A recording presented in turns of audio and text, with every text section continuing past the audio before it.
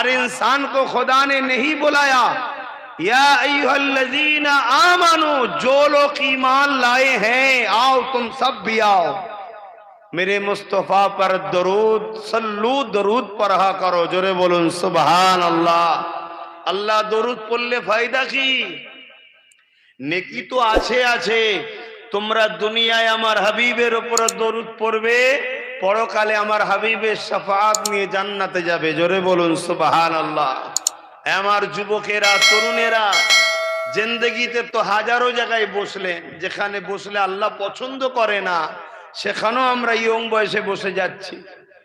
আর যেখানে বসলে আল্লাহ খুশি হয় সেখানে কর্তৃপক্ষকে বুঝাতে হচ্ছে কেন যে বসো। এটা তো আমাদের ধর্মের কাজ, এটা তো আমাদের ধর্মের একটা অনুষ্ঠান। বসুন সবাই, বুঝাতে না লাগে।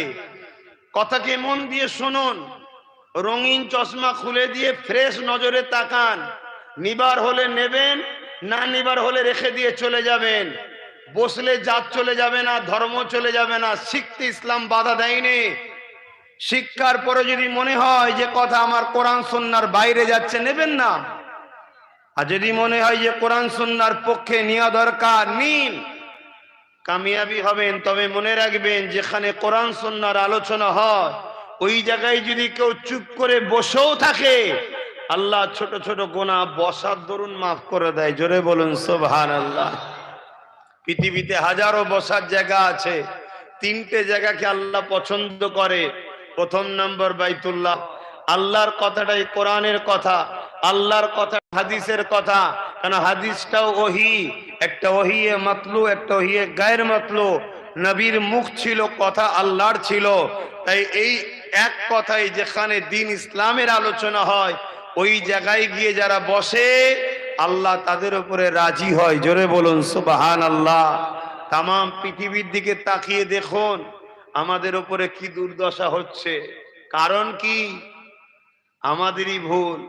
আমরা আমাদের ভালোবাসা, আমাদের যেখানে বসা দরকার, আমাদের যাদের পিছনে ঘোরা দরকার, যাদেরকে ফলো করা দরকার, যাদের সঙ্গে বন্ধুত্ব করা দরকার, তাদের সঙ্গে সম্পর্ক বিচ্ছিন্ন করে দিয়ে যাদের থেকে বিচ্ছিন্ন করার হুকুম দিয়েছে তাদের সঙ্গে সম্পর্ক গড়ছি। তাই আজকে আমরা লাঞ্ছিত হচ্ছি। আসুন বসুন, আমার নবীর উম্মত, বসে মোহাব্বতের সঙ্গে নবীর উপরে দরুদ শরীফ পড়েন। পৃথিবীতে কেউ কোনো কাজ বলতে পারবে না যে আমার কবুল হয়েছে।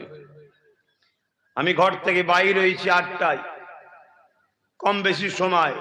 আপনাদের এখানে 2:20, 23-25 পৌঁছেছি। এসে আপনাদের মসজিদে জোহরের নামাজ আদায় করেছি। রাস্তায় দাঁড়াই কোনো জায়গায়, আমার মুরব্বী বাপ সমতুল্য মানুষ, তিনি দু কথা বলছিলেন। আর আমিও বললাম যে আমি এতটা রাস্তা এলাম, প্রায় 200 কিলোমিটার আমি গাড়ি চালিয়ে এসেছি। তারপরে ড্রাইভারকে দিয়েছি যাতে করে ট্রেনে আসা যায় তাড়াহুড়ো করে। একটুখানি বসলাম, বসে আপনাদের খেদমতে কথা বলতে আসলাম। আমি বোঝাতে চাইছি নামাজ আমিও পড়েছি, আপনারাও পড়েছেন, কবুল হয়েছে কেউ বলতে পারবেন? কোরবানি আমিও দিয়েছি, আপনারাও দিয়েছেন, কবুল হয়েছে কেউ বলতে পারবে? পারবে না। কিন্তু এমন একটা কাজ আছে যেটা করতে দেরি, কবুল হতে দেরি হয় না। ওটা হলো রাসূলুল্লাহর উপরে দরুদ পড়া। জোরে বলুন সুবহানাল্লাহ। যখনই দরুদ পড়া হয় কোনো দরুদ মিস যায় না, সে যেই পড়ুক আল্লাহ সঙ্গে সঙ্গে কবুল করে। কেন? এটা সবটা নিজের জন্য, আর দরুদটা আল্লাহর বন্ধুর জন্য। জোরে বলুন সুবহানাল্লাহ। অতএব সেই দরুদ ভক্তি ভরা ভালোবাসায় জবান খুলে পড়ুন। যে স্টাইল যেটা আপনারা জানেন সেটাই পড়ুন। এক এক জায়গার মানুষ এক একটা দরুদ পড়ে, এক এক তরিকায় এক একটা দরুদের ওজিফা দেয়, এক একটা মুর্শিদ কেবলা এক একটা দরুদ দেয়। উদ্দেশ্য হলো রাসূলুল্লাহর জন্য। আপনি যেটা জানেন সেটা পড়েন। কথা বুঝে আসছে? আসেন, আল্লাহুম্মা সাল্লি আলা